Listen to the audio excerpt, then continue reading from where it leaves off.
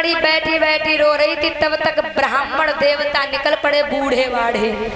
जब निकल पड़े तो रुक्मणी ने देखा, तुरंत बोला अरे बाबा इधर आओ, ब्राह्मण देवता इधर आओ। ब्राह्मण जी गए तो ब्राह्मण जी कहने लगे बेटी रुक्मणी से कि बेटी ऐसा करो हमें भोजन खिलाओ, भोजन लाओ। तो रुक्मणी कहने लगी देखो ब्राह्मण देवता,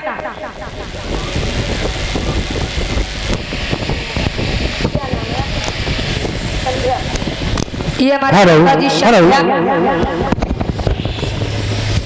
ये नोटों फूलों की माला अर्पण कर रहे हैं। हमारा तो यही कहना हमेशा धर्म की तरफ हाथ बढ़ता रहे और बाकी बिहारी इनका सदैव भंडार भरे।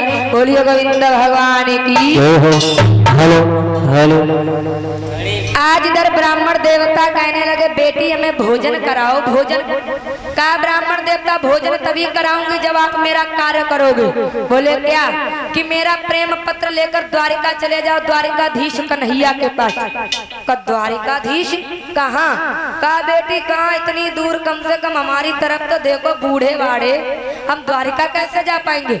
बोले अगर ब्राह्मण देवता तुम नहीं गए तो तुम्हारे सामने अभी हम प्राणों को छोड़ देंगे। ऐसा मत करो, क्यों ब्रह्म हत्या लगवाओगी तुम्हें, एक तो ब्राह्मण देवता।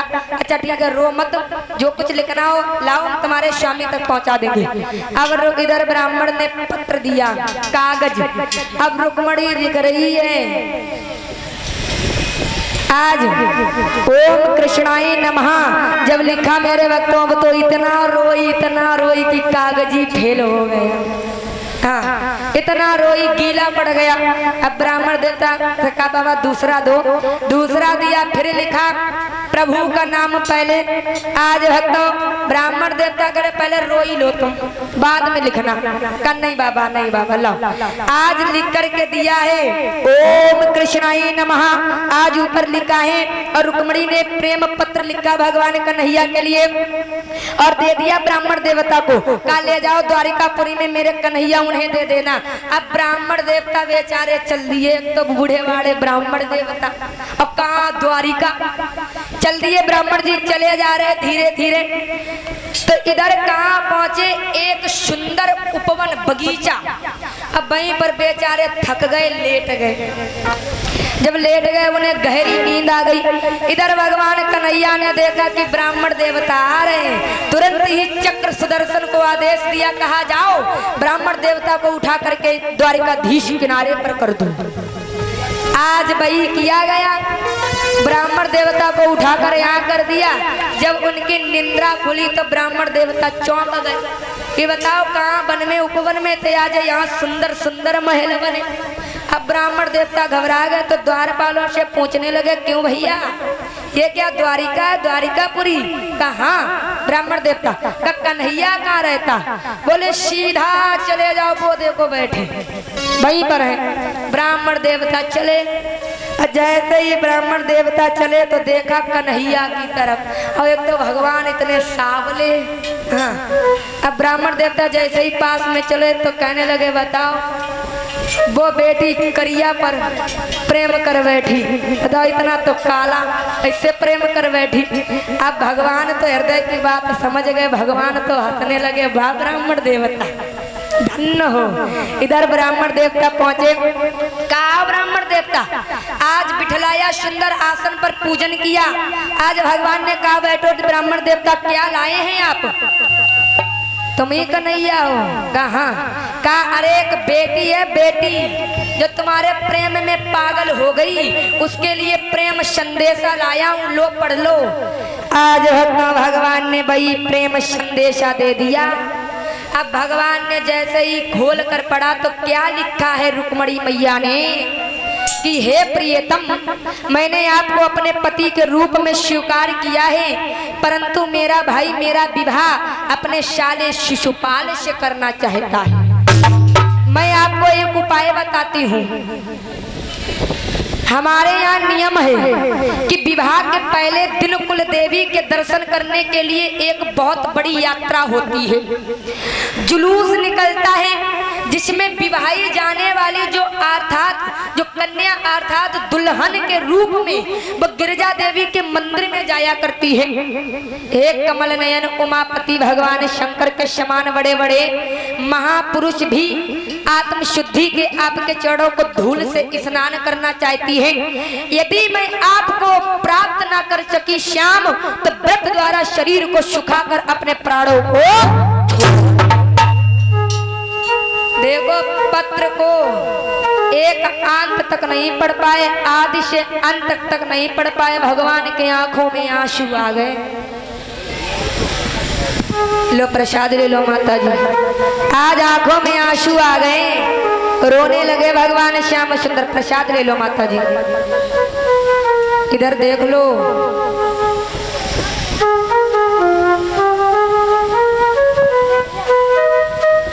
ले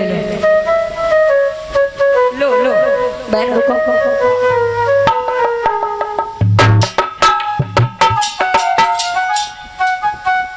आज इधर इधर ब्राह्मण देवता से भगवान कन्हैया कहने लगे, ब्राह्मण देवता देखो एक ही उपाय है रुक्मणी को लाने का। बोले क्या? कि देखो एक तो तुम ठहरे बूढ़े वाले, हाँ, क्योंकि भैया तो हमें ऐसे जाने नहीं देंगे। अब तुम एक काम करना, जब तुम चलना तो खांसने लग जाना, और हम कहेंगे बूढ़े वाले हैं, अगर कहीं मर गए तो हत्या लगेगी, तो भैया हमसे कहेंगे जाओ छोड़ कर आओ, तो हम तुम्हारे साथ में चलूंगा और रुक्मणी प्यारी को लाऊंगा। बोले ठीक है। अब ब्राह्मण देवता भी वैसे ही मिल गए। ब्राह्मण देवता चले और जोर जोर से खांसने लगे। जब खांसने लगे तो कन्हैया ने पकड़ लिया। कहा ब्राह्मण देवता खांसो नहीं, कोई दिक्कत? कहा नहीं कोई दिक्कत नहीं, अब हम चले जाएंगे। अब इधर बलराम आए तो कहने लगे भैया अगर तुम्हारी आज्ञा हो तो ब्राह्मण देवता बूढ़े बाड़े, तो इन्हें कुंडन पर भेज कर जल्दी आ जाऊंगा।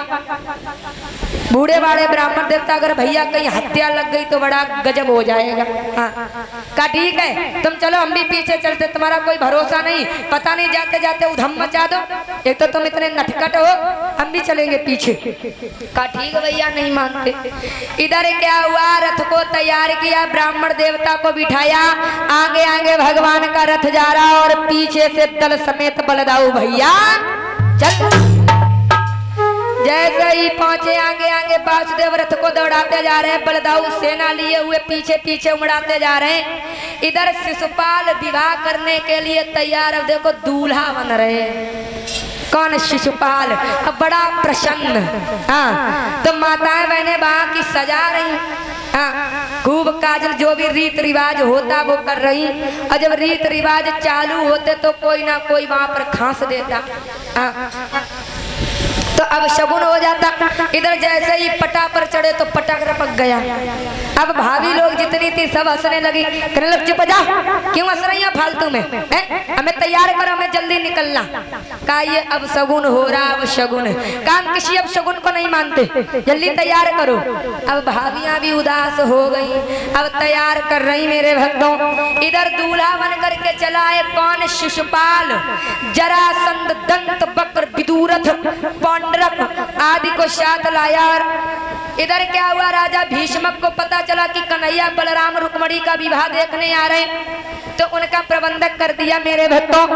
इधर क्या हुआ, बड़ा उनका स्वागत समेत किया है, स्वागत किया, पूजा अर्चना की और उनके ठहरने का उचित प्रबंधक किया। किसका? कन्हैया और बलराम का। तो कहाँ पर ठहरा दिए गए? चौवाड़ी में। और इधर जो थी कौन? रुक्मणी। छड़ छड़ बेचैन हो गए, तो कैसे? छड़ भरी को ऊपर चढ़ जाना, छड़ भर में नीचे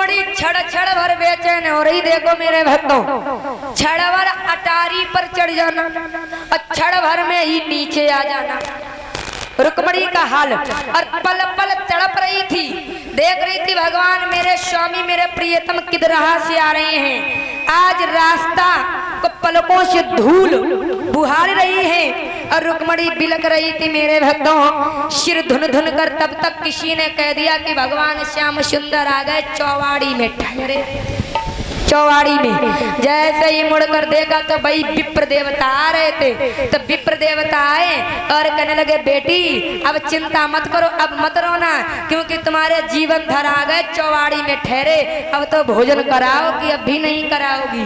कार्य ऐसे कैसे नहीं ब्राह्मण देवता, आज भोजन कराया। मेरे भक्तों इधर क्या हुआ, रुक्मणी ने क्या किया, इधर आज जैसे ही रुकुम को पता चला, रुकुम ने कहा नाथ, आज कहते हैं आज रुकुम बड़ा क्रोध हुआ जब इन्हें पता चला कि वो श्याम और बलराम भी आए हैं, तो बड़ा क्रोध में हो गया भक्तों। इधर क्या हुआ, जो रुक्मणी थी, रुक्मणी अब थाल को सजाया रुक्मणी ने, और जितनी भी मेरे भक्तों दासियां थी सभी तैयार हुई। इधर रुकुम बड़े ऊंचे स्वर में बोला, क्रोध में कहने लगा, क्या अरे क्या वो उत्पाती भी चल करके आए हैं। बलराम और कन्हैया को बताया, जब पता चला कि ये भी दृश्य देखने आई तो कहने लगा, तुम सच सच बोलो, किसने उन्हें बुलाया है, किसने बुलवाया, अरे सही सही बुझाओ नहीं तो लोहू से पृथ्वी भर डालूंगा।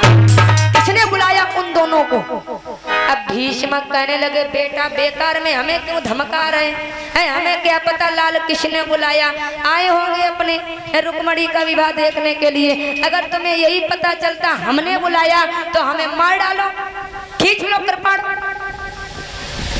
कर दो यही पर समाप्त है।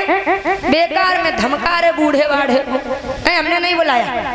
आज शिशुपाल ने कहा, राजन इस शादी में दोनों बलराम और कन्हैया आए हुए हैं, हाँ बस समझ कर रखो, मैं तुम्हें आने की खबर देने आया हूँ। कहा तुम हमें मत दो, हमें पहले ही पता चल गया। कहा जल्दी जल्दी विवाह कर लो, जल्दी से आगे कार्य बढ़ाओ। इधर क्या हुआ मेरे भक्तों, इधर रुक्मणी जी थाली लिए हाथ में और चंदन अक्षत फूल दूब फूल जो कुछ भी सब थाली में सजाया और बड़ी विधि विधान से पूजन करने गई। वहां में एक सरोवर था पास में, पहले सरोवर में स्नान किया और गिरिजा देवी के मंदिर में प्रवेश कर गई। अब पूजा करने लगी, उनके चरणों में ध्यान करने लगी रुक्मणी जी, माँ से वरदान मांगने लगी और मन ही मन में कहने लगी, हे मेरी माँ रुद्राणी, हे अम्बके तुम्हारी जय हो, तुम्हारी जय जयकार हो। हे गुड़ की खान, भक्तों को वर देने वाली माँ मेरी अम्बे तुम्हारी जय जयकार हो, तुम्हारी